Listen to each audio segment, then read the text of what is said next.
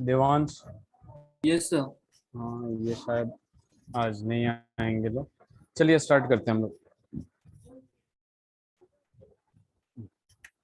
Okay, तो देखिए हमने work done is equal to आपको दिखाया था कि माइनस पी डेल्टा वी ऐसा कुछ होता है, बताया था। ठीक है, और ये ऐसे पी डी वी भी बताया था मैंने, ये बताया था कि नहीं? तो P external DV.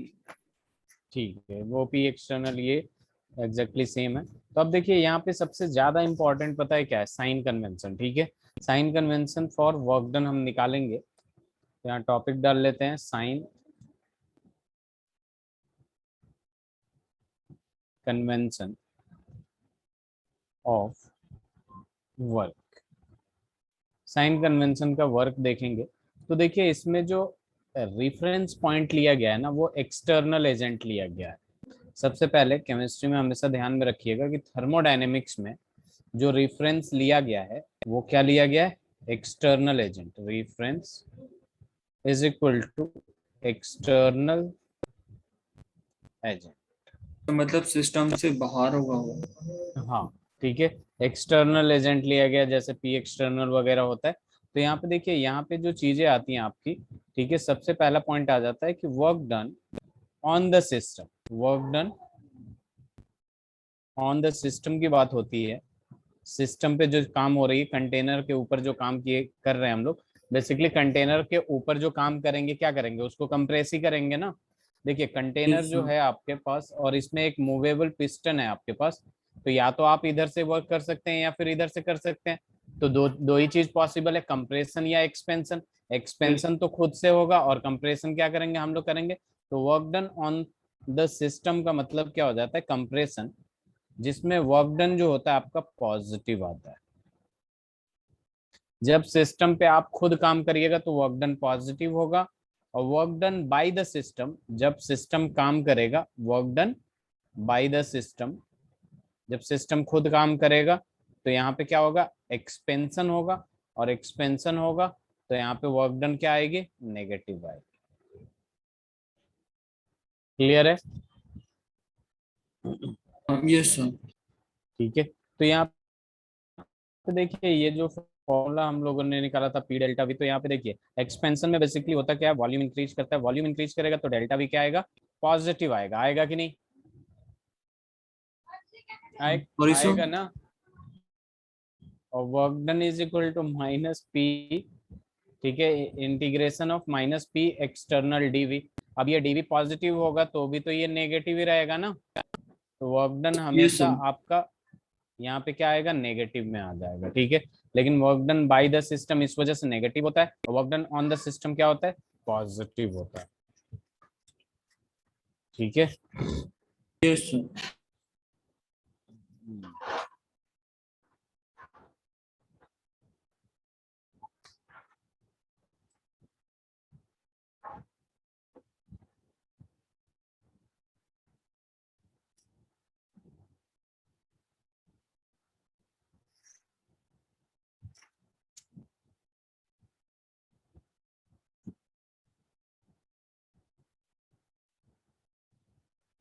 Done sir. Very good. अब देखिए यहाँ पे टॉपिक डालेंगे छोटा सा, वर्क डन, केस वन लेते हैं। Work done in reversible process. Work done in reversible process की जब बात करते हैं तो हमें पता है कि reversible process, sorry irreversible process, ये क्या निकाल रहे हैं हम लोग? Work done in irreversible process. तो इरिवर्सिबल प्रोसेस में एक चीज बताया था मैं आपको, कि जो पी एक्सटर्नल एक्सटर्नल प्रेशर होता है इरिवर्सिबल प्रोसेस में, वो क्या होता है? कांस्टेंट होता है। मैंने बताया था। Yes sir. ये देखिए कोई भी न्यूमेरिकल में अगर एक्सटर्नल प्रेशर कांस्टेंट है तो वो कौन सा प्रोसेस होगा? इरिवर्सिबल प्रोसेस होगा। तो यहाँ पे सबसे पहले एक फॉर्मूला देखेंगे, W इज इक्वल टू क्या हो जाएगा? P external into D. और ये जो प्रेशर है बेसिकली, ये वॉल्यूम है, वो V1 से V2 तक वैरी कर रहा है। आपने फिजिक्स में इंटीग्रेशन वगैरह तो पढ़ा होगा ना। Yes sir. Yes sir. अब ये जो कांस्टेंट है इसको तो इजीली बाहर निकाल सकते हैं इंटीग्रेशन से, और ये कहाँ से कहाँ तक इंटीग्रेट होगा, डीवी v1 से v2 तक। ठीक है, यहाँ पे खुद ही देखिए डीवी का इंटीग्रेशन क्या आ जाएगा, v आ जाएगा, तो ये क्या हो जाएगा p एक्सटर्नल, और ये क्या हो जाएगा v, और ये कहाँ से कहाँ तक है, v1 से v2 तक। फिर आपने lower limit minus upper limit minus lower limit किया होगा, तो v2 माइनस v1 किया होगा, ये क्या है, वर्क डन। तो work done is equal to basically आएगा क्या, p external into V final minus V initial, या फिर v2 माइनस v1 आ जाएगा कि नहीं। तो यस ये जो फॉर्मूला होता है बेसिकली, ये किसके लिए होता है, आपके इरिवर्सिबल प्रोसेस के लिए। इरिवर्सिबल प्रोसेस जब भी न्यूमेरिकल में दिखे, आपको पता हो, सॉरी, पी एक्सटर्नल जब भी न्यूमेरिकल में देखे कि पी एक्सटर्नल कांस्टेंट है, which means irreversible process. Irreversible process है यानी एक्सटर्नल प्रेशर वहां क्या होगा, कांस्टेंट होगा। तो ये केस 1 का फॉर्मूला एक आ गया, जो कि पहले की तरह सिमिलर है, इससे लिख लीजिए। फिर रिवर्सिबल में करेंगे हम लोग, और उसके बाद क्वेश्चंस करेंगे।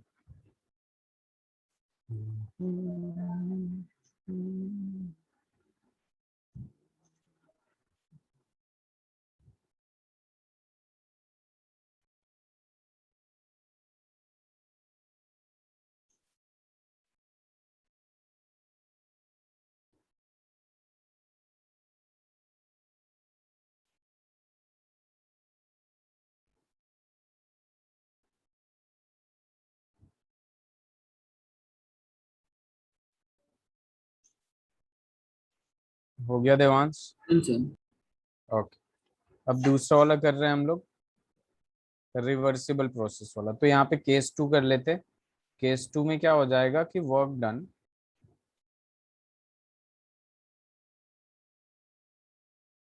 इन रिवर्सिबल प्रोसेस। तो यहाँ पे रिवर्सिबल में क्या होता है, P external is equal to P internal होता है कि नहीं, यस। बताइए देवांश। Yes sir. ये रिवर्सिबल प्रोसेस होता है, हर स्टेज पे इक्विलिब्रियम में होता है, तो P external is equal to P internal होता है। ठीक है, यस अब सर। देखिए यहाँ पे अपने पास क्या आ जाएगा देवांश, जहां भी समझ में ना आएगा बता दीजिएगा। W इज इक्वल टू हमने का फॉर्मूला लगाया, पी एक्सटर्नल डीवी। ठीक है, ये फॉर्मूला लगा दिया। अब ये माइनस तो है, पी एक्सटर्नल किसके बराबर है, इंटरनल के बराबर, तो पी इंटरनल इंटू डीवी लिख सकता हूँ, लिख सकता हूँ ना। अब यस सर। हमने 5th चैप्टर में पढ़ा है कि PV is equal to nRT. ठीक है, यस। और P इज इक्वल टू क्या हो जाएगा, NRT upon we.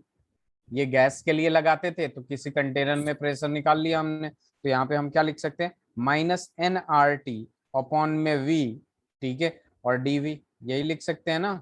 Yes sir. बताइए, अब यहाँ देखिए क्या करेंगे हम लोग, बहुत ही आसान हो गया कि W इज इक्वल टू, देखिए N number of moles constant होगा, R कांस्टेंट होगा, टेम्परेचर कांस्टेंट है, तो सब के सब बाहर निकल जाएंगे, तो एनआरटी बाहर आ गया, कांस्टेंट है। ठीक है, और यहाँ क्या बचा, 1/VdV। जरा 1/V या 1/x का इंटीग्रेशन बताइए, बताइए कितना होता है। तो ऐसा 1/x का इंटीग्रेशन क्या होगा, 1/x dx का इंटीग्रेशन क्या होगा।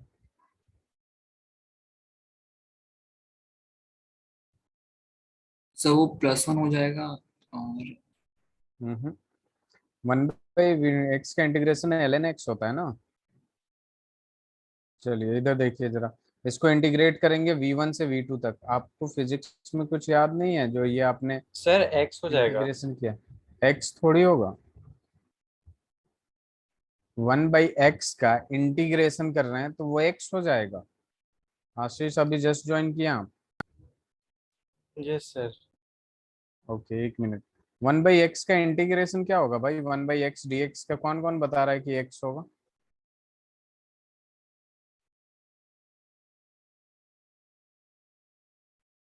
x का इंटीग्रेशन क्या होगा जरा बताइएगा, ओनली x का, x dx का इंटीग्रेशन बताइए क्या होगा, कुछ याद है या नहीं, ये बताइए जरा, कुछ पता है। देखिए 1/x का इंटीग्रेशन ln x होता है, क्या होता है, ln x होता है। तो ये 1/v का इंटीग्रेशन जब करेंगे तो हमारे पास क्या आ जाएगा, हमारे पास सीधे आ जाएगा ln v, और ये कहाँ से कहाँ तक जा रहा है, lower limit to upper limit. ठीक है आशीष, अभी मैं दोबारा पीछे का बता दूंगा, पहले ये देख लीजिए। अब देख लीजिए यहाँ क्या आ जाएगा एनआरटी, और ये देखिए ये हायर हायर लोअर लिमिट और हायर लिमिट, ठीक है। लोअर और हायर, तो हायर माइनस लोअर होता है, तो ln v2 माइनस क्या आ जाएगा ln v1। और फिर यहाँ पे क्या हो जाएगा work done is equal to minus nRT, और log a minus log b क्या होता है, log a अपन b होता है, तो ये क्या हो जाएगा ln v2 अपन v1 हो जाएगा कि नहीं, ये बताइए जरा देवांश। Yes sir. ये समझ में आया क्या लिखा हूं मैं। अब ln को जब भी log में हम लोग चेंज करते हैं ना, अभी अपने पास फॉर्मूला क्या है, w is equal to minus n R T, ठीक है। फिर यहाँ ला दिया मैंने ln v2 अपन v1। अब ln देखिए, ln का मतलब ये होता है कि log टू द बेस, ठीक है, log टू द बेस, और log का जो नॉर्मल बस log लिखा रहता है, इसका मतलब log टू द बेस 10। तो log टू द बेस 10 लाने के लिए मैं इसमें 2.303 से मल्टीप्लाई कर दूंगा। तो 2.303 से मल्टीप्लाई कर दिया है, माइनस पहले से ही था, एनआरटी पहले से ही था। अब ये क्या हो जाएगा log v2 अपॉन v1। ये क्लियर है कि नहीं, ये क्लियर है Devansh, Ashish, am I audible to both of you? Yes sir. चलिए, तो मैं यहाँ का समझा रहा हूँ दोबारा। एक काम करिए, पहले लिख लीजिए आप आशीष, ये वाला देवांश एक मिनट रुक जाइए। आशीष, ये साइन कन्वेंशन ऑफ वर्क है, work done on the system. अगर हम सिस्टम पे काम करेंगे तो वर्क डन पॉजिटिव आता है, सिस्टम खुद काम करेगा तो वर्क डन नेगेटिव आएगा। सिस्टम काम करेगा यानी नीचे से ऊपर भेजेगा पिस्टन को, यानी यहाँ पे सिस्टम जब काम करता है तो एक्सपेंशन आता है, और सिस्टम पे हम काम करेंगे यानी ऊपर से प्रेशर लगाएंगे तो क्या आएगा आपका कंप्रेशन आएगा। क्लियर है? Yes sir. इससे लिख लीजिए जरा, मतलब स्क्रीनशॉट ले लीजिए। यस सर, ले लिया। अब देखिए वर्क डन, दो केस बनाएंगे, work done in irreversible process और work done in reversible process. तो इरिवर्सिबल प्रोसेस में मैंने आपको बताया था, न्यूमेरिकल में पहचानने का तरीका यही होता है कि एक्सटर्नल प्रेशर कांस्टेंट होगा। किसी भी न्यूमेरिकल में कहीं भी लिखा है external process pressure constant, then it will be irreversible process. तो W इज इक्वल टू हमें पता है ये P external into dV, last class में ही पढ़ा था हम लोगों ने। Yes sir.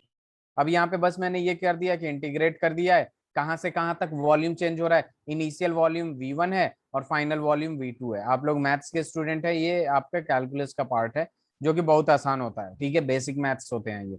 पी एक्सटर्नल चूंकि कांस्टेंट है बाहर ले लिया, ये डीवी का इंटीग्रेशन v आ जाएगा, v आ गया तो ये लिमिट रख देंगे, लोअर लिमिट हायर लिमिट, ठीक है, upper limit minus lower limit, ये आ जाएगा। स्क्रीनशॉट ले लीजिए। सर ले लिया। गुड।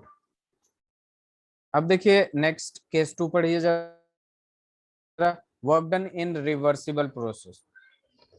जब work done in reversible process की बात करते हैं तो हमें पता है कि हर स्टेज पे इक्विलिब्रियम होता है रिवर्सिबल प्रोसेस में। याद है लास्ट क्लास में मैंने बताया था यस सर, बताया। P external is equal to P internal, तो यहाँ पे फॉर्मूला वही लगाएंगे माइनस पी एक्सटर्नल डीवी। लेकिन हमें पता है कि पी एक्सटर्नल जो होगा वो पी इंटरनल के बराबर होगा। और फिफ्थ चैप्टर में हमने पढ़ा है PV is equal to nRT, तो P is equal to nRT upon V, किसी भी कंटेनर का गैस का प्रेशर ऐसे ही निकालेंगे ना।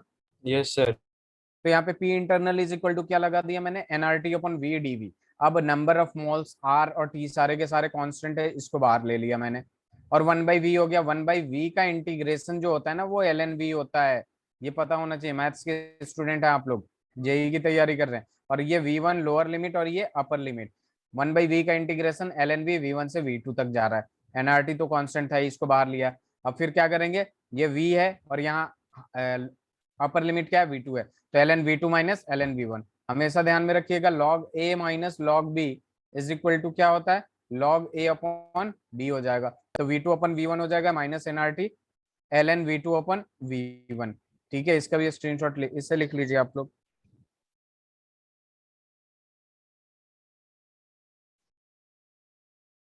सर स्क्रीनशॉट ले लिया। Okay okay. अब यहाँ देखिए, जैसे यहाँ पे ln है, ln का मतलब क्या होता है, log to the base e, मैंने बताया अभी। और जब भी log टू द बेस 10 होगा, ठीक है, इसमें चेंज करने के लिए, चूंकि इसको सॉल्व करना हमारे लिए इजी होता है, ठीक है, तो इसमें चेंज करने के लिए हमें क्या करना पड़ता है, ln को log में चेंज करने के लिए, यानी ln खुद एक log है लेकिन बेस e है, और ln को log ऐसे log जिसका बेस 10 हो उसमें चेंज करने के लिए हमें क्या करना पड़ता है, 2.303 से मल्टीप्लाई करना पड़ता है और ये चेंज हो जाएगा इसमें। क्लियर है? यस सर क्लियर है। चलिए, अब ये बहुत ही इंपॉर्टेंट है, कन्वर्जन। कन्वर्जन बहुत इंपॉर्टेंट है, unit of work. Unit of work अभी बहुत सारे क्वेश्चंस करेंगे इस पे। यूनिट ऑफ वर्क हमें पता है कि जूल भी होता है, पता है ना? ठीक है, आपका किलो जूल भी हो जाएगा और कैलोरी वगैरह भी हो जाएगा कि नहीं? यस तो सर। देखिए, चूंकि W इज इक्वल टू क्या है, पी डेल्टा भी है या पी डी भी है, कुछ भी ले लीजिए। प्रेशर को जैसे सपोज हमने वॉल्यूम जो ले लिया, ठीक है, इस बात को ध्यान में रखिएगा, लीटर में भी दे सकता है, वॉल्यूम में भी दे सकता है, ये सारे वर्क डन का यूनिट है जो लिख रहा हूं मैं। 1 litre ATM, 1 litre ATM, litre ATM एक वर्क डन का यूनिट है, जो कि जूल में कन्वर्ट करने के लिए हमें कितना होता है, 1 litre atm is equal to 101.3 joule होता है। ठीक है, 1 कैलोरी, कैलोरी भी क्या होता है, यूनिट ऑफ वर्क होता है, और ये किसके बराबर होता है, 4.18 जूल होता है। ठीक है, फिर 1 joule, 1 joule is equal to 10⁻⁷ और ये सीजीएस यूनिट है। 1 इलेक्ट्रॉन वोल्ट, ये भी यूनिट ऑफ एनर्जी होता है, वर्क होता है, 1.6 इंटू 10⁻⁻⁻19 जूल। ये सारे के सारे एक कन्वर्जन यूनिट है जो पता होना चाहिए आप लोगों को।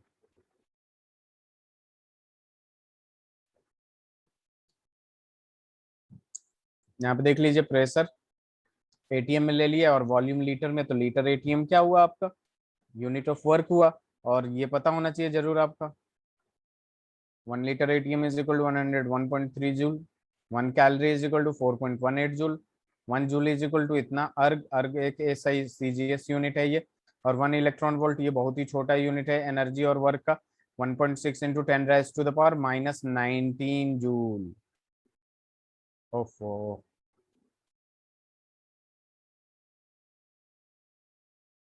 लिख लिया आप लोगों ने?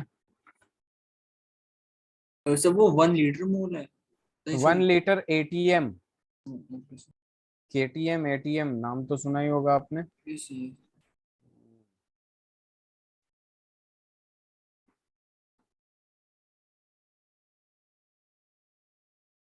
से कन्वर्जन पूछते हैं एक। कन्वर्जन, हाँ, यस। नहीं मतलब अभी मान लीजिए किसी भी यूनिट में दे दिया, और अगर आपके एमसीक्यूज हो रहे हैं, फाइंड द वर्क डन, आपने निकाला लीटर एटीएम में, लेकिन जो आंसर दे रखा है, ऑप्शन दे रखा है, वो जूल वगैरह में दे रखा है, तो पता होना चाहिए ना, कन्वर्जन बहुत इंपॉर्टेंट होता है। Okay sir.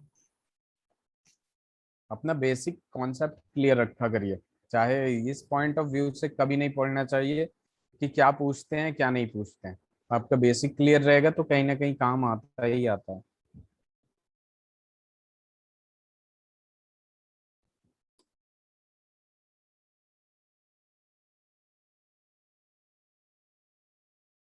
हो गया? Done sir. चलिए, yes sir done. Very good. तो अब सवाल करते हैं, और सवाल में हम बहुत आसान आसान सवाल देंगे हम। 2 mole of an ideal gas expands from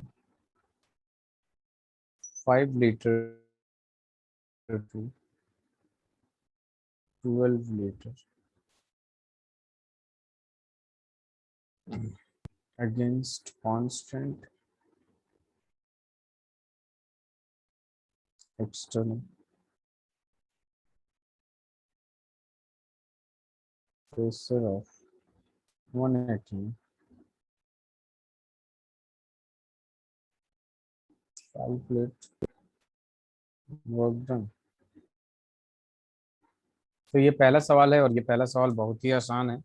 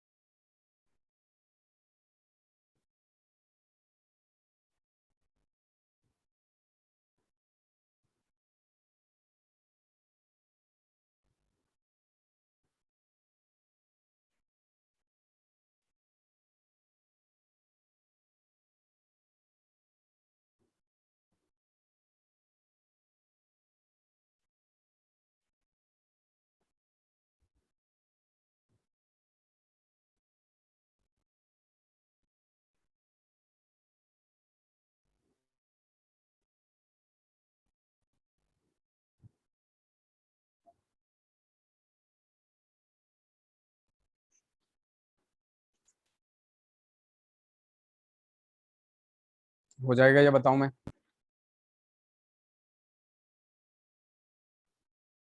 sir एक बार ट्राई करके देखते okay.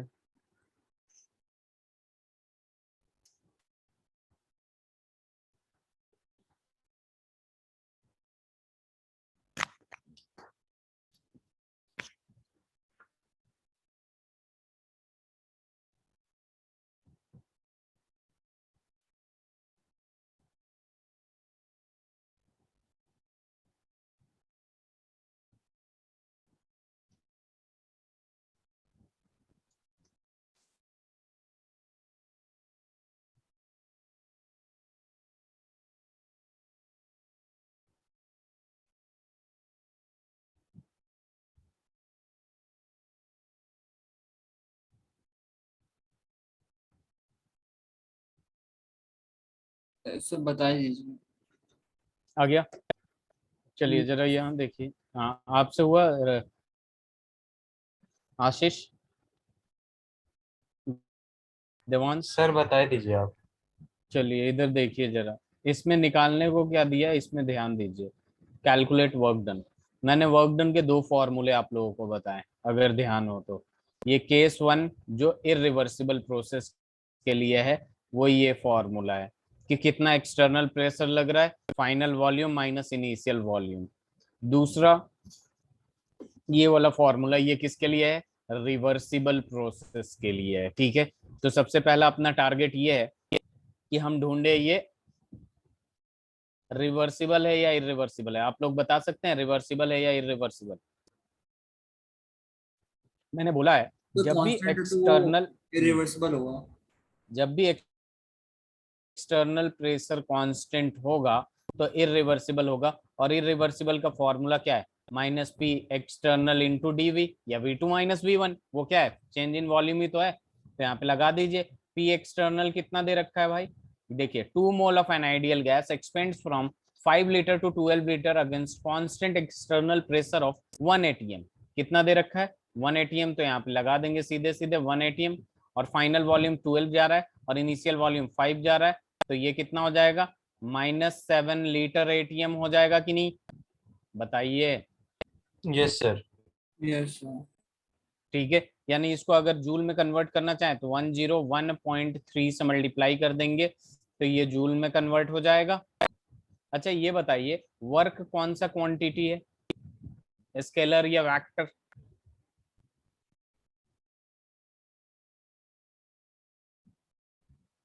Devansh, work is a scalar quantity और वेक्टर क्वांटिटी? आशीष प्लीज बताइए आप लोग। सर वेक्टर है शायद। Very good. What about you sir Ashish, scalar आपका है। क्या कहना है? सर जहाँ तक मैंने पढ़ा है सर स्केलर स्केलर है। है। इसके चलिए वेरी गुड आंसर। स्केलर है तो स्केलर नेगेटिव में आ सकता है क्या? No sir. No sir. नहीं आ सकता, लेकिन यहाँ पे स्केलर क्वांटिटी नेगेटिव में दिखा रहा है। एक्चुअल में ये नेगेटिव, देखिए स्केलर ये एक स्केलर क्वांटिटी है। नेगेटिव साइन बस यही शो करता है कि work done by the system है, और पॉजिटिव साइन ये शो करता है कि work done on the system है। स्केलर क्वांटिटी कभी नेगेटिव नहीं होता। तो इसको ये समझ में आया कैसे वर्क डन निकाला मैंने? Yes sir. तो बेसिकली आपको क्या करना है, सिंपल वर्क डन का फॉर्म सबसे पहले ये पहचानना है कि ये रिवर्सिबल है या इरिवर्सिबल। इससे लिख लीजिए, ये 2 मोल ऐसे ही दे रखा था, कोई यूज नहीं था यहाँ पे अभी फिलहाल।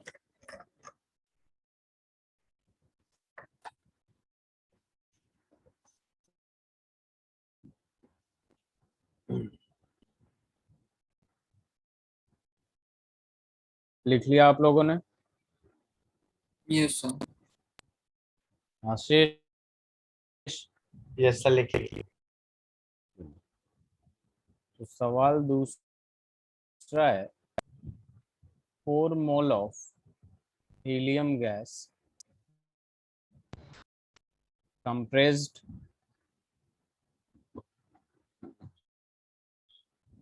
from 10 liter to 6 liter against constant external pressure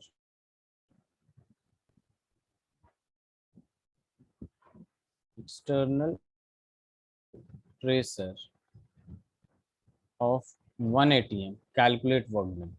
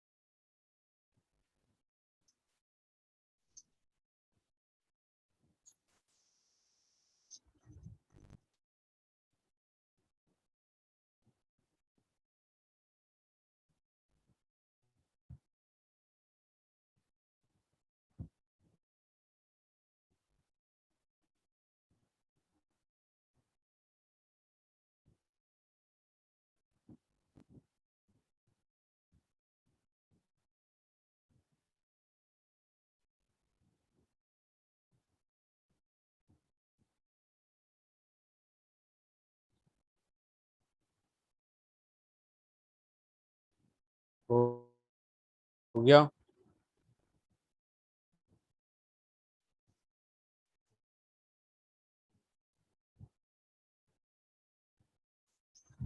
very good Ashish.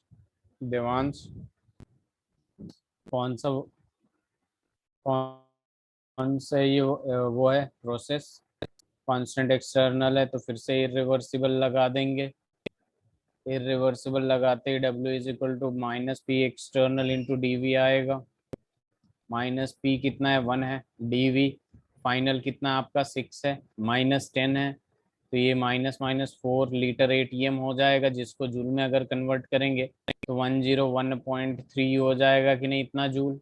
Yes तो सर, हो देखिए जाएगा। आशीष और देवांश, आप लोग खुद ही देखिए कि वर्क डन, देखिए ये वर्क डन पॉजिटिव आ रहा है, तो मैंने क्या बोला था, work done on the system positive आएगा, work done by the system negative आएगा। अब ऑन द सिस्टम करेंगे तो कंप्रेस होगा, तो देख लीजिए खुद ही, ये 10 लीटर से 6 लीटर हुआ है तो क्या है, कंप्रेस्ड है।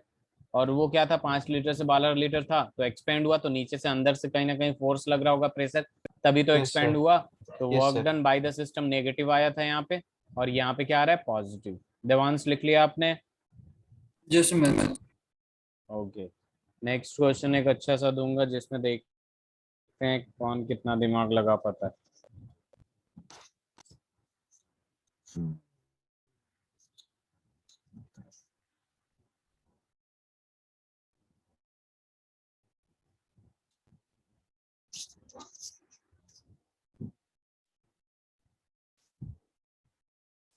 सर एक बार फॉर्मूला सर फिर से बता दीजिए।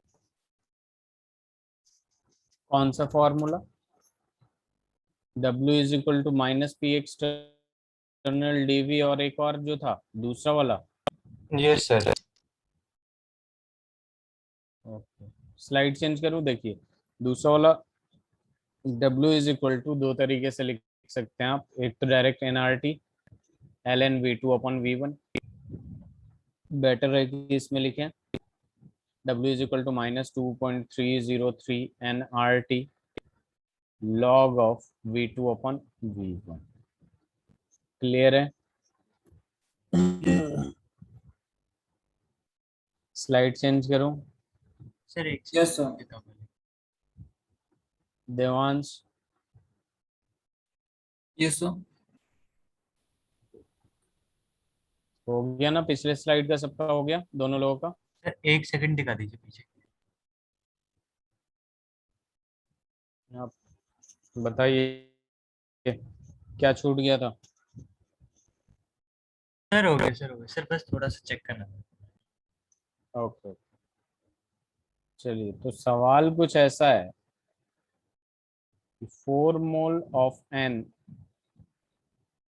Ideal gas expands isothermally. Isothermally का मतलब क्या हुआ? 27 डिग्री सेंटीग्रेड। मैंने कुछ पूछा है, बताइए जरा। सर जिसमें टेम्परेचर कांस्टेंट रहता है।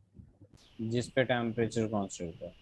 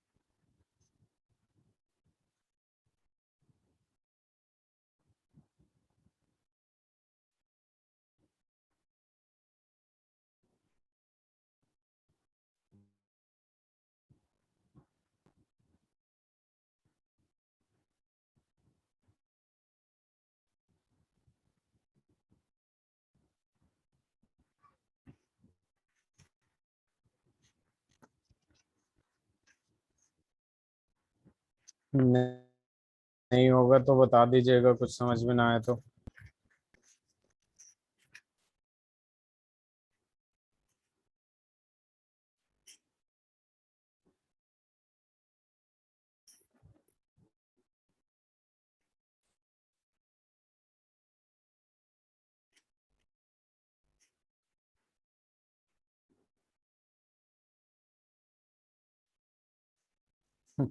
Ashish, yes sir.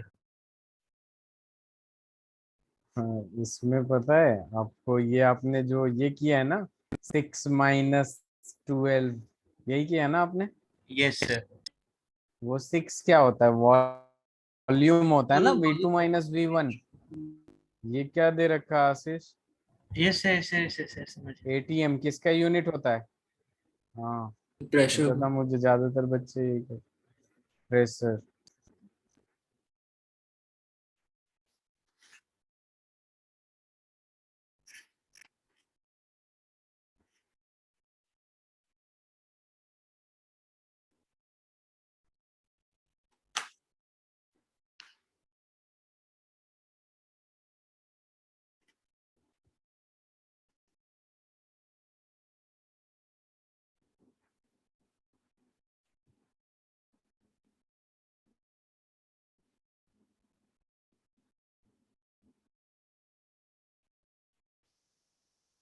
बताऊं मैं? इसमें पीवी इक्वल्स टू एनआरटी वाला फॉर्मूला यूज होगा ना? यस यस, हो सकता है।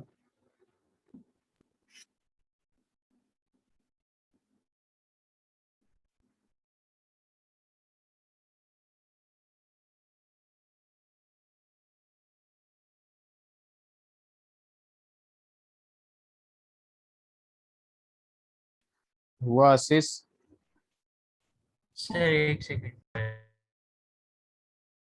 ओके, ठीक है, टाइम। देवांश कहाँ पहुंचे आप? उससे कर रहा हूँ जस्ट।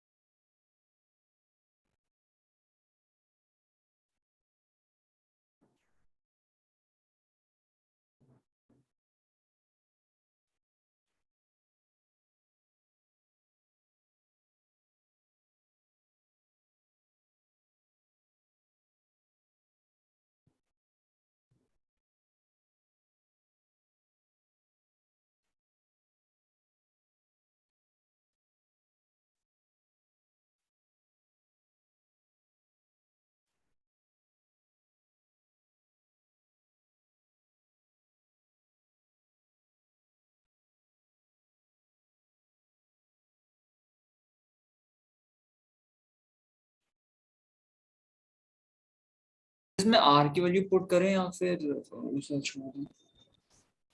नहीं नहीं, आर का देखिए मैं एक बार बता देता हूँ, बाकी यस सर, आप आप लग रहा है बताइए। सही जा रहे हैं, ठीक है। देखिए, यहाँ पे सीधे सीधे देखिए, कांस्टेंट एक्सटर्नल प्रेशर, इसका मतलब क्या? Work done by irreversible process is equal to yes. क्या होता है? P external into V2 - V1। अब देखिए, V2 फाइनल वॉल्यूम और इनिशियल वॉल्यूम कुछ दे नहीं रखा है, but PV is equal to NRT होता है अपने पास, तो V इज इक्वल टू क्या होता है? NRT अपॉन P होता है कि नहीं आशीष? Yes sir. तो ये देखिए, P एक्सटर्नल तो अपने को 1 मिल जाएगा। V2 के जगह हम क्या कर देंगे? NRT2, NRT upon P2 minus NRT, क्योंकि ये सारा तो कांस्टेंट होगा, अपॉन P1।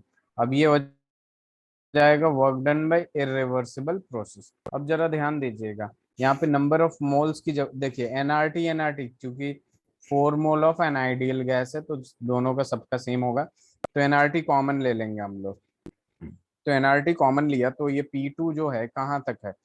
12 ATM से 6 ATM जा रहा है, तो P2 क्या है? फाइनल है, तो 1/6 - 1/12। तो यहाँ पे अपने पास क्या हो जाएगा? Work done by irreversible process is equal to NRT, minus का तो रहेगा ही रहेगा, और यहाँ पे सॉल्व करेंगे तो ये क्या आ जाएगा? 12 आ जाएगा, और 2 - 1 तो ये क्या हो जाएगा 1/12 बेसिकली बचेगा। एन का वैल्यू जो होता है वो 4 दे रखा है, आर का जूल में ले लीजिए 8.314, और टी का वैल्यू कितना दे रखा है 300 कैल्विन हो जाएगा इंटू 1/12, इतना जूल हो जाएगा कि नहीं बताइए। सही है सर, मैं बस कैलकुलेशन।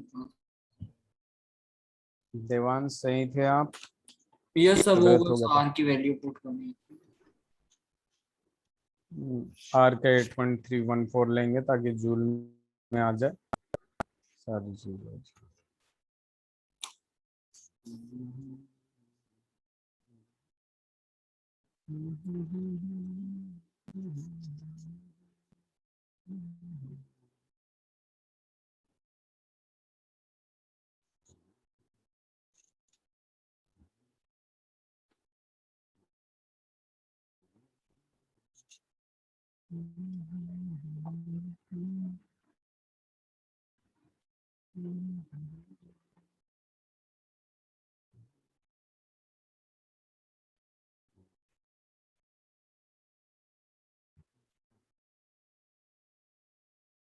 हो जाए तो बताइएगा आप लोग।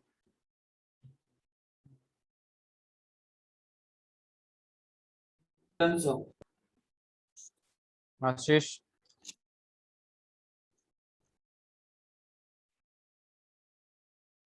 Yes sir. चलो तो अब सवाल लेते हैं एक और। 2 mole of O2 gas expands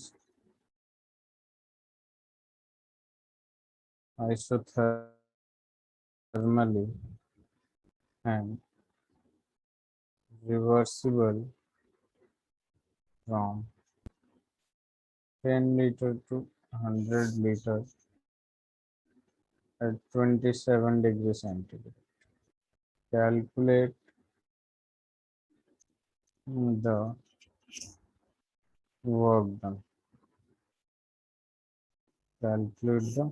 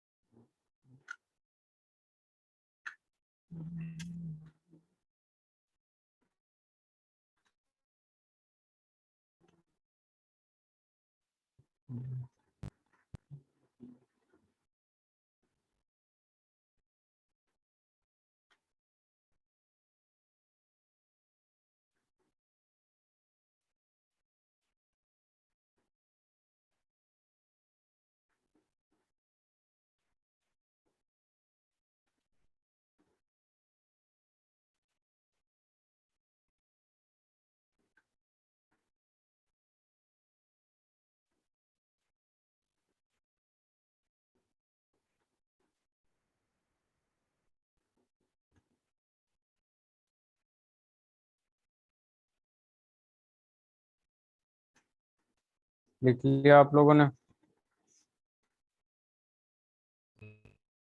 yes sir, question लिख लिया। हो जाएगा या सर ट्राई कर रहे मैं करा दूं?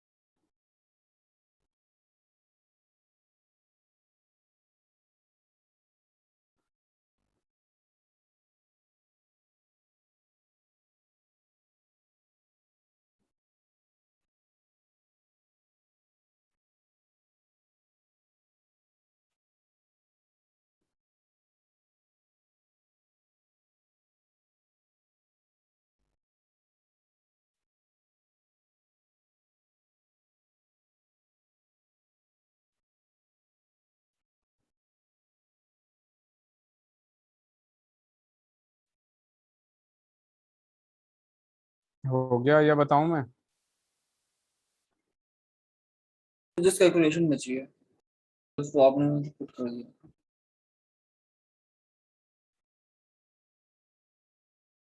कौन सा प्रोसेस है ये? सॉरी सर, सर रिवर्सिबल है तो वो आपका कौन सा प्रोसेस रिवर्सिबल है? तो ये कौन सा फॉर्मूला लगेगा? -2.3 -2.303 NRT log log v। V2/V1। तो बस लगाना शुरू करते हैं। 2.303, नंबर ऑफ मोल्स 2 है, आर का वैल्यू 8.314 है, टेम्परेचर 300 हो जाएगा। V2 log V2 कितना है? 100 है, और ये कितना है? 10 है। तो ये दोनों कैंसिल।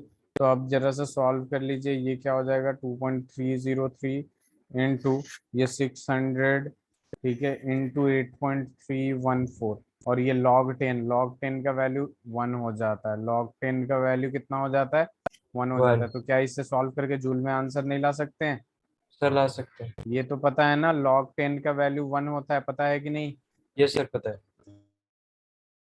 ठीक है, तो बाकी का आंसर तो इजीली निकल जाएगा। इसको 2.303 से मल्टीप्लाई करेंगे 600 को, ये 2 और 300 को मैंने मल्टीप्लाई कर दिया, ठीक है। तो ये क्या हो जाएगा? 8.314। तो इजीली निकाल सकते हैं ना? ये सर। चलिए, इससे लिख हो जाए तो बताइएगा, नेक्स्ट सवाल देना एक और।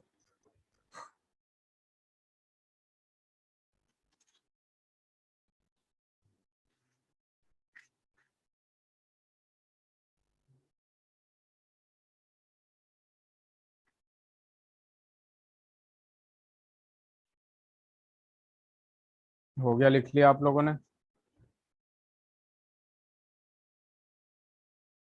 ये यस। सर लिखिए। Yes sir done. चलिए, वेरी गुड। अब नेक्स्ट सवाल करते हैं इसी पे। 4 mole of helium gas compressed half of original volume isothermally and reversible at 27 degrees centigrade. Calculate work done.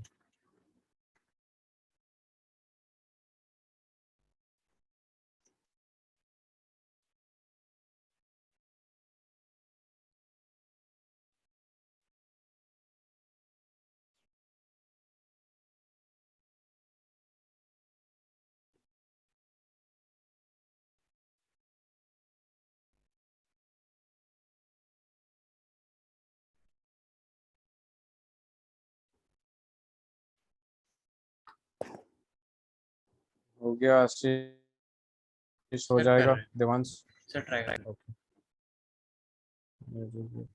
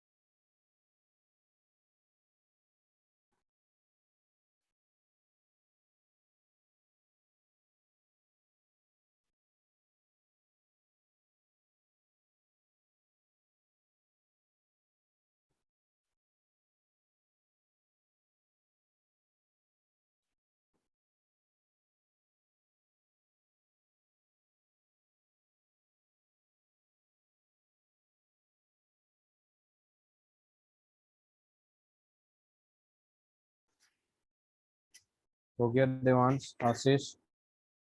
जैसे मैं से कैलकुलेशन कर रहा हूँ। लॉग का वैल्यू पूछना होगा, अगर सीधा नहीं आ रहा होगा तो पूछ लीजिएगा। सर लॉग की बता दीजिएगा। कौन से लॉग की?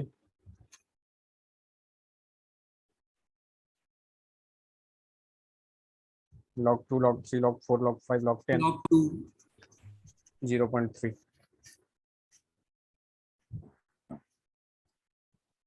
सर कितनी बताई? 0.3।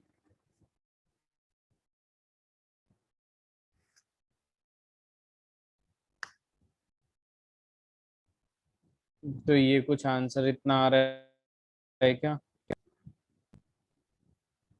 वर्क डन नेगेटिव आ रहा है या पॉजिटिव, ये बताइए पहले। तो नेगेटिव है। सर नेगेटिव नेगेटिव है ही तो थोड़ा सा मिस्टेक किया आप लोगों ने। देखिए इधर W इज इक्वल टू, ये फॉर्मूला लगाया आप लोगों ने 2.303 NRT log V2 अपन V1, यही लगाया ना। है। अब यस सर। जो देखिए यहाँ पे लगाएंगे -2.303, N का वैल्यू 4, R का वैल्यू 3.14 और T का वैल्यू 300। अब ये क्या हो जाएगा? log V2। V2 देखिए जरा कितना है, ये बोल रहा है helium gas compressed half of the original, ठीक है। ओरिजिनल जस्ट सपोज इनिशियल जो था V था, तो ओरिजिनल कितना होगा? इसका आधा होगा, V/2 होगा कि नहीं? Yes sir. Yes sir. यही किया ना आप लोगों ने भी। Yes sir. Yes sir. अब देख लीजिए यहाँ से ये दोनों कैंसिल हो गया, तो अपने पास बचा क्या? अपने पास तो यही बचा ना, 2.303 NRT विच मीन्स 4। एक मिनट रुक जाइए। 2.303 इंटू 4 इंटू 8.314 इंटू 300 और लॉग बचा 1/2। ठीक है, अब बस इसको सॉल्व कर रहा हूँ मैं। 1/2 को log 2 raised to the power -1 लिख सकता हूँ? यस सर लिख सकते हैं। यस बताइए भाई। 1/x को x raised to the power -1 लिख सकते हैं ना। अब यस यहाँ पे देखिए लॉग का एक और फॉर्मूला होता है, log a raised to the power n। जो भी पावर में होता है ये इधर आके मल्टीप्लाई हो जाता है, n log a हो जाता है। क्लियर है ये वाला फॉर्मूला लॉग का? Yes sir. तो 6 8 अब डबल देखिए यहाँ पे पावर में -1 है, क्या 6888? 6881 करके आंसर आ रहा है मेरा। अच्छा चलिए इधर देखिए जरा, मुझे लगा कुछ और बता रहा। ये -1 जाके इधर मल्टीप्लाई होगा, यस होगा कि नहीं अकॉर्डिंग टू लॉग? तो यस -1 जब मल्टीप्लाई होगा तो ये तो प्लस हो जाएगा ना, 2.303 इंटू 4 इंटू 8.314 इंटू 300। और ये देखिए log 2 का वैल्यू कितना आएगा? 0.3 आ जाएगा। Yes sir. अब इसको यस इसमें सर। मल्टीप्लाई, ये वाला मल्टीप्लिकेशन जितना आता होगा उतना ही जूल में आएगा। इसमें बस फर्क इतना है कि वर्क डन जो है वो पॉजिटिव में आ रहा है, तो work done on the system है। क्या है? Work done on the system.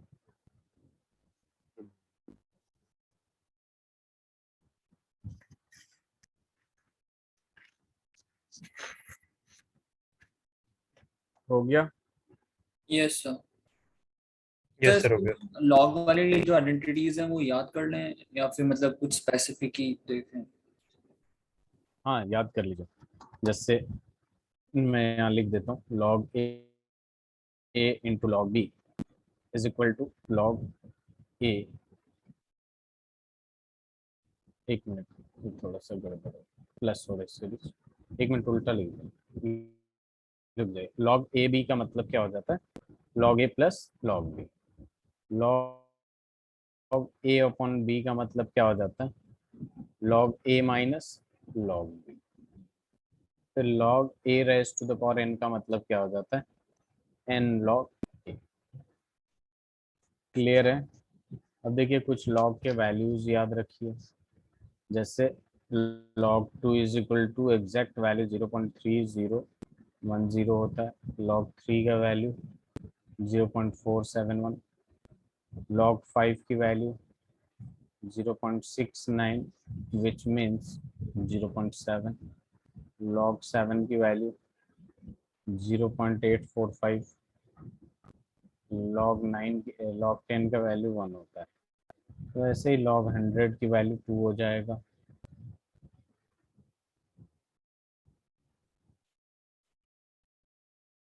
log 1000 की वैल्यू 3 हो ठीक है, तो इससे लिख लीजिए। अगर यही पूछ देता आपका log 4 क्या होगा, ठीक है, अगर आपको पूछ देता है log 4 क्या होगा, तो मैं आपको सिखाऊंगा log 4 का कैसे निकालना। log 2 3, जस्ट सपोज इधर ध्यान दीजिए जरा आप लोग, log 4 पूछा है तो log 4 को कैसे लिख सकते हैं, 2 का पावर 2। अब ये 2 बाहर आ जाएगा तो क्या हो जाएगा, 2 log 2, और log 2 का वैल्यू कितना है 0.3, तो इससे 0.6 हो जाएगा। समझ में आया आशीष? Yes sir. चलिए, ये हो जाए तो बताइएगा आप लोग।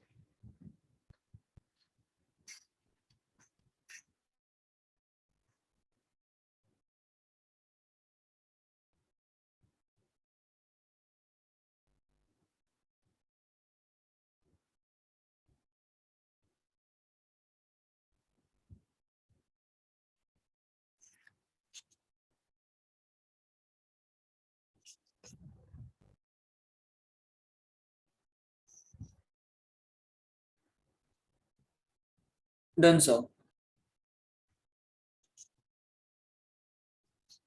हो गया आपका भी? यस सर हो गया। चलिए, अब देखिए अपने पास क्या आता है, एक और लास्ट सवाल आएगा, फिर हम लोग नेक्स्ट टॉपिक स्टार्ट कर देंगे। ठीक है, ये लास्ट सवाल ध्यान से देखिएगा जरा। 2 liter of an ideal gas expands isothermally into vacuum up to 10 liter. Find the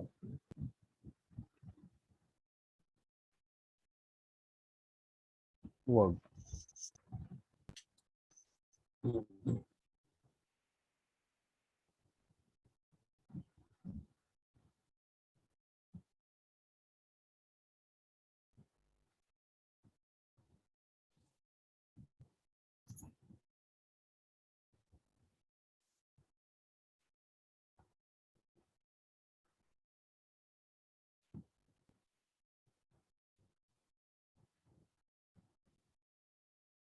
sir एक 12 लिखा है।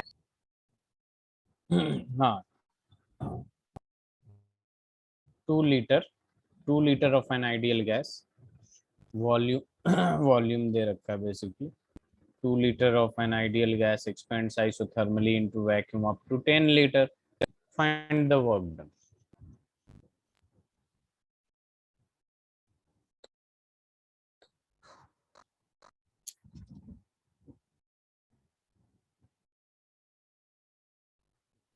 सर वैक्यूम में तो एक्सटर्नल प्रेशर कांस्टेंट होगा ना? कांस्टेंट तो होगा।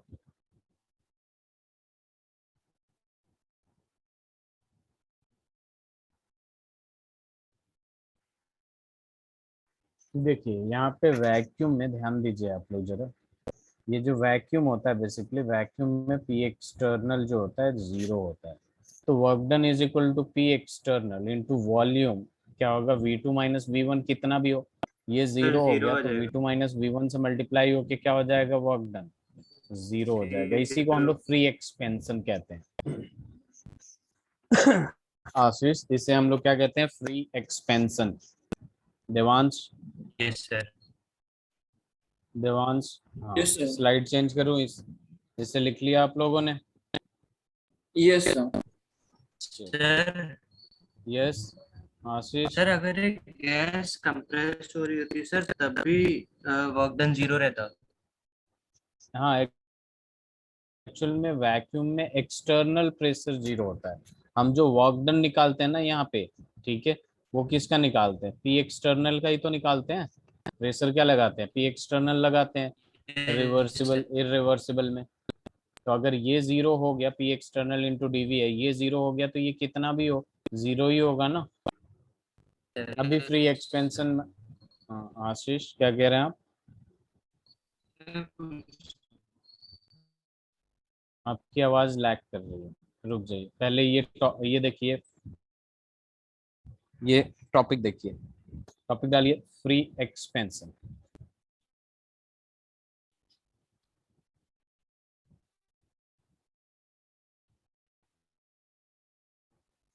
देखिए फ्री एक्सपेंशन क्या होता है, the expansion of a gas in vacuum. Vacuum में एक्सपेंशन ऑफ गैस जो होता है, और वैक्यूम में क्या होता है, आपका पी एक्सटर्नल जो होता है वो जीरो होता है, ठीक है, इज कॉल्ड फ्री एक्सपेंस, ठीक है। In free expansion work done is zero, in reversible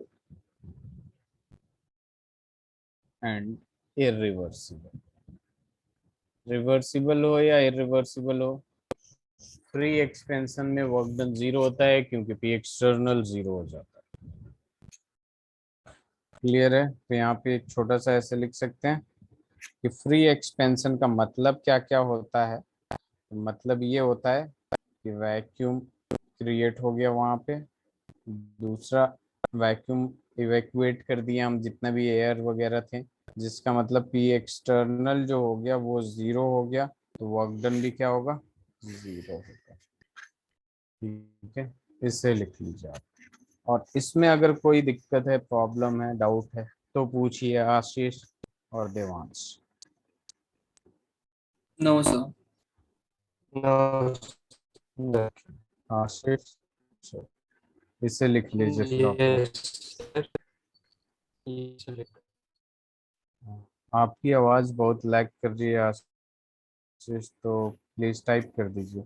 Devansh आपने लिख लिया? Yes sir. Okay,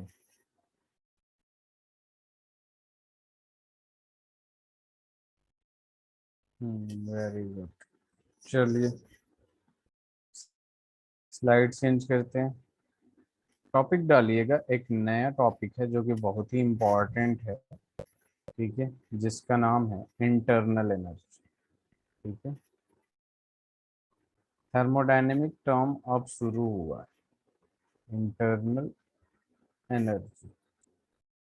internal energy को बहुत सारे बुक में ई से डिनोट करते हैं और बहुत सारे बुक में यू से डिनोट करते हैं, सिंबल। तो ये यू क्या है, internal energy.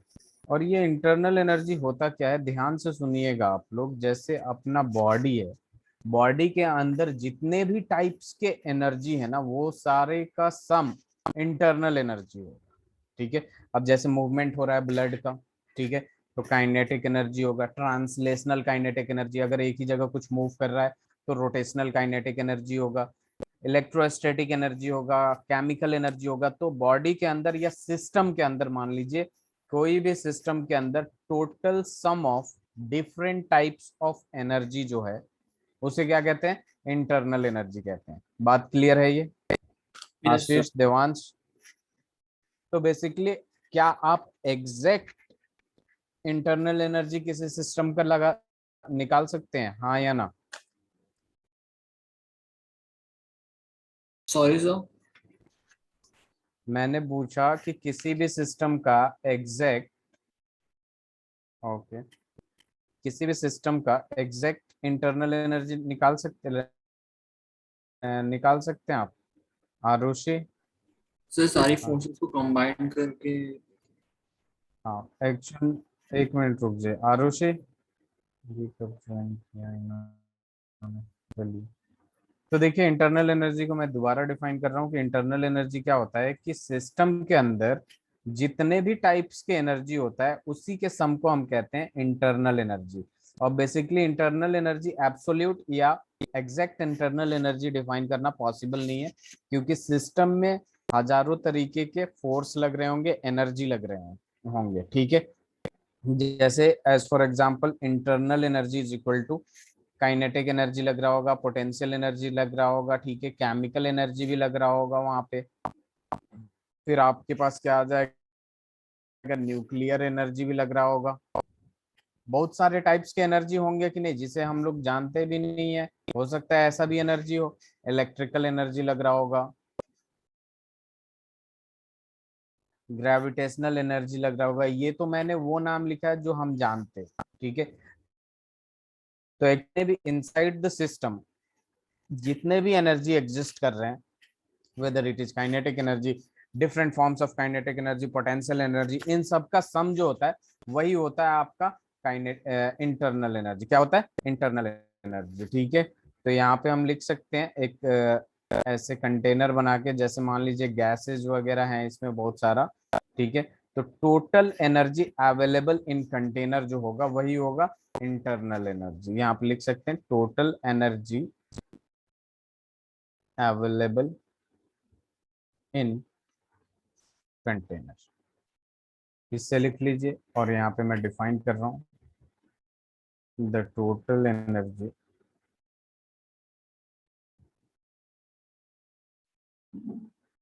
Arushi, the total energy stored in a system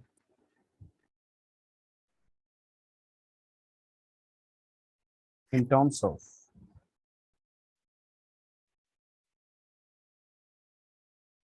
Ashish,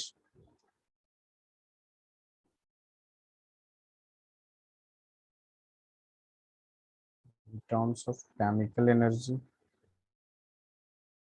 kinetic energy, potential energy, electrical energy, or any kind of energy, kind of other forms of energy is called internal energy। ये point समझ में आया कि नहीं?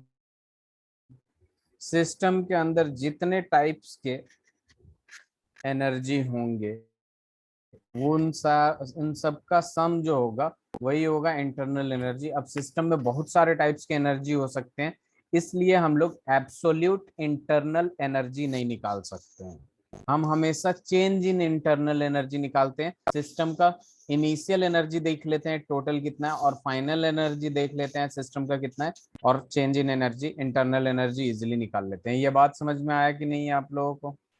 Yes sir. चलिए इसे लिख लीजिए पहले।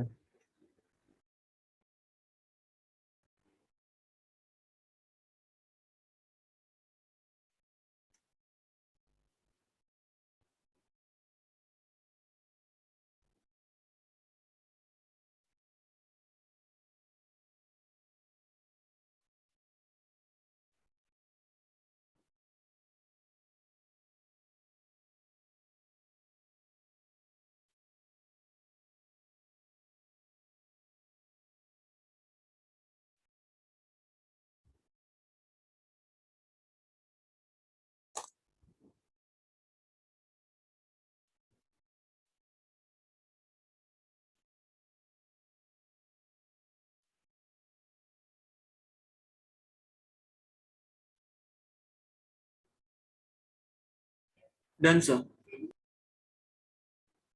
आरुषि हो गया, देवांश? हो गया सर। इसमें मैंने लिखवाया था, एक पॉइंट लिखिएगा, it is extensive property.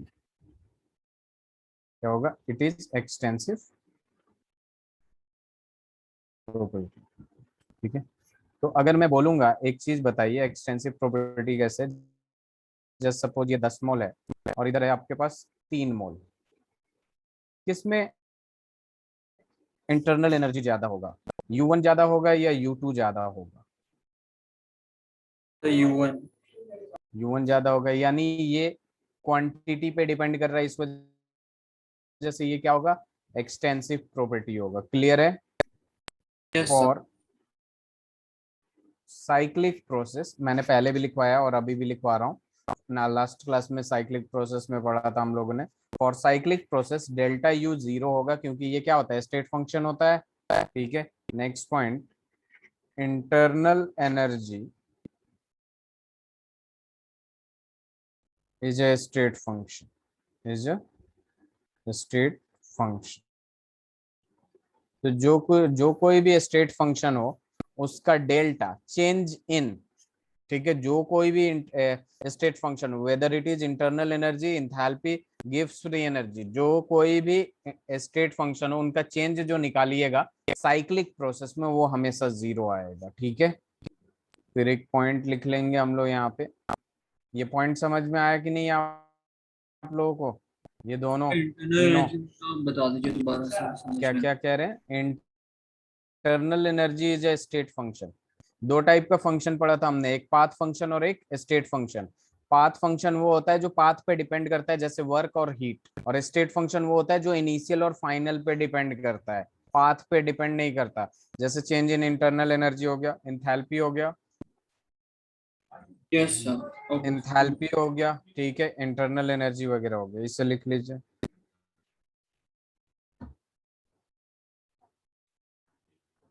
The absolute value of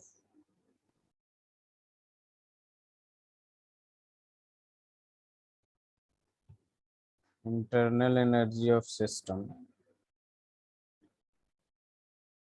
can't be determined,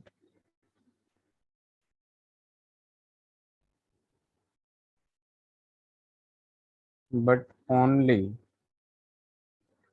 change in internal energy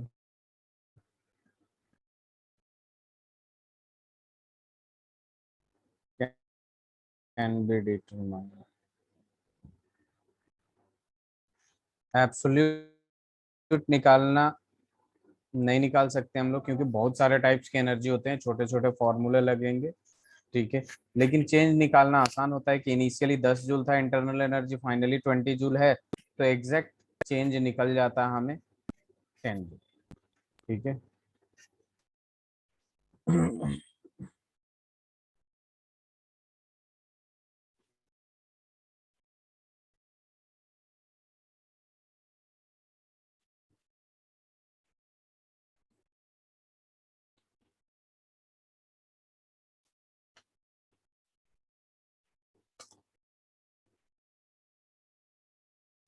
done. Am I audible to you?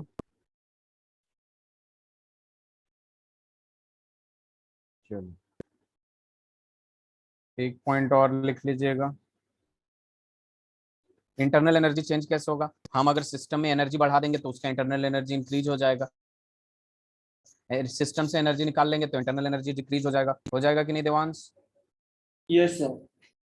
Devansh, हाँ। Yes internal sir. Energy of system may change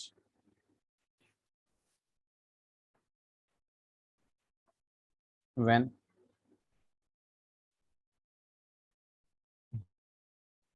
heat passes or given out of system।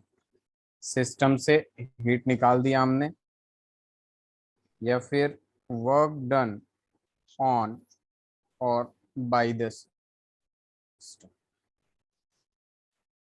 Work done system पे करिए या work done system करे, ठीक है, तो भी internal energy change होगा। हीट निकालिए या हीट डालिए तो भी इंटरनल एनर्जी क्या होगा? चेंज हो जाएगा। आपको क्लियर है? Yes sir.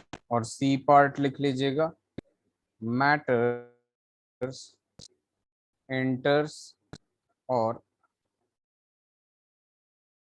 Exit the system. Matters का मतलब ये है कि मोल्स की बात कर रहा है बेसिकली। ये क्या हो रहा है? मोल्स, मतलब अगर सब्सटेंसेज हैं, मॉलिक्यूल्स हैं, तो ज्यादा मॉलिक्यूल्स है तो इंटरनल एनर्जी ज्यादा हो सकता है, ठीक है। कम हो गया तो इंटरनल एनर्जी कम हो सकता है। तो तीन तरीके से किया जा सकता है, या तो हीट पास किया जाए सिस्टम में या हीट निकाला जाए तो इंटरनल एनर्जी चेंज होगा, या फिर work done on the system हो या work done by the system हो तो इंटरनल एनर्जी चेंज होगा, या फिर नंबर ऑफ मॉलिक्यूल्स वगैरह, मैटर वगैरह निकाल ले या फिर उसमें बढ़ा दे तो इंटरनल एनर्जी चेंज होगा। ओके, यस इसे सर। लिख लीजिए आप लोग। डन। Yes sir. चलिए फिर नेक्स्ट क्लास में यहाँ से कंटिन्यू करेंगे फर्स्ट लॉ ऑफ थर्मोडायनेमिक्स से। इसे पढ़ के आइएगा, ठीक है आरुषि? चलिए ठीक है Devansh, thank you. Thank you sir. Thank you.